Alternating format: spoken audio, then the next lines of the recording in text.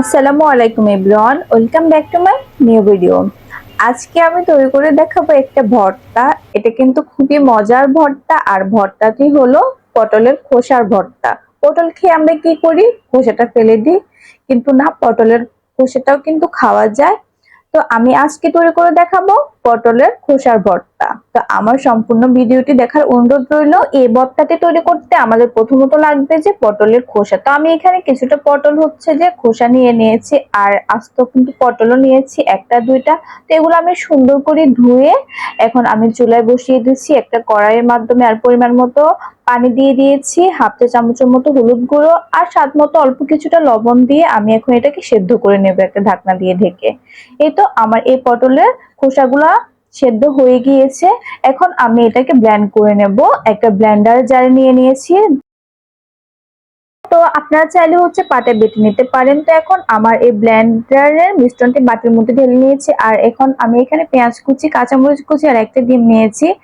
তো চুলায় কিন্তু পরিমাণ মতো তেল দিয়ে দিয়েছি, তেলটাও গরম হয়ে এসেছে। আমি পেঁয়াজটা দিয়ে হচ্ছে নরম করে ভেজে নিয়েছি। এখন দিয়ে দিলাম এক চামচের মতো আদা আর রসুন বাটা, স্বাদ মতো লবণ দিয়েছি, আর সে ছোট ছোট কুচি করে রাখা কাঁচামরিচ কুচিটা এখানে আমি অ্যাড করে দিয়েছি। এখন এখানে আমি অ্যাড করে দেব সেই পটলের খোসার যে পেস্টটা বানিয়েছিলাম, এটা এখন আমি এখানে অ্যাড করে দিয়েছি। দিয়ে দিলাম হাফ চা চামচের মতো হলুদ গুঁড়ো, হাফ চা চামচের মতো লাল মরিচের গুঁড়ো, এক চা চামচের মতো দিয়েছি ধনিয়া আর জিরা গুঁড়ো।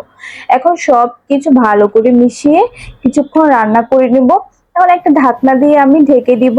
তো ঢাকনা দিয়ে ঢেকে কিছুক্ষণ রান্না করার পরে এই তো এখন আবারও ভালো করে আমি নেড়ে চেড়ে দিব।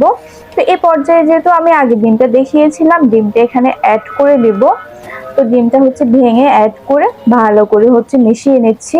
আসলে এই ভর্তাটা না অনেক বেশি মজার। বাসায় হচ্ছে একবার হলো হচ্ছে এই ভর্তাটি এভাবে করে হচ্ছে তৈরি করবে, এটা বাসার সবাই অনেক বেশি পছন্দ করবে। আমার বাসার সবাই এই ভর্তাটা অনেক বেশি পছন্দ করে।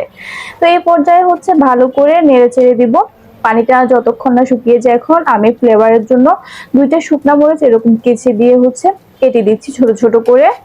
তো এখন মরিচটা দিয়ে হচ্ছে ভালো করে নেড়ে চেড়ে আমি মিশিয়ে নিচ্ছি এই ভর্তাটা। চুলার আঁচটা একদম কমিয়ে লো আঁচে হচ্ছে এটাকে তৈরি করে নিতে হবে, একদম যতক্ষণ না পানিটা শুকিয়ে তেলটা উপরে উঠে আসছে এ পর্যন্ত। তো এই পর্যায়ে হচ্ছে লবণটাও চেক করে নিয়েছি, আপনারাও চেক করে নেবেন। আর এই তো আমার পটলের ভর্তাটা একদমই রেডি হয়ে গিয়েছে, আর দেখতে কিন্তু অনেক সুন্দর হয়েছে। এই পর্যায়ে হচ্ছে আমি একটা সার্ভিং ডিশে হচ্ছে নিয়ে নিয়েছি।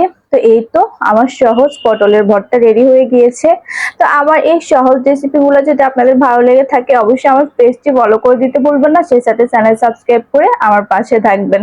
তো আজকের মতো এখানেই, সবাই ভালো থাকবেন, সুস্থ থাকবেন। আর আমার এরকম আরো সহজ সহজ ভিডিও পাওয়ার জন্য অবশ্যই আমার চ্যানেলে চোখ রাখবেন। তো পটলের খোসা আজকের পর থেকে কিন্তু আর ফেলে দিবেন না, পটলটা সবজি হিসাবে খাবেন আর খোসাটা ভর্তা হিসাবে বানিয়ে নিজে খাবেন, বাসা সবাইকে খাওয়াবেন। তো আল্লাহ হাফিজ।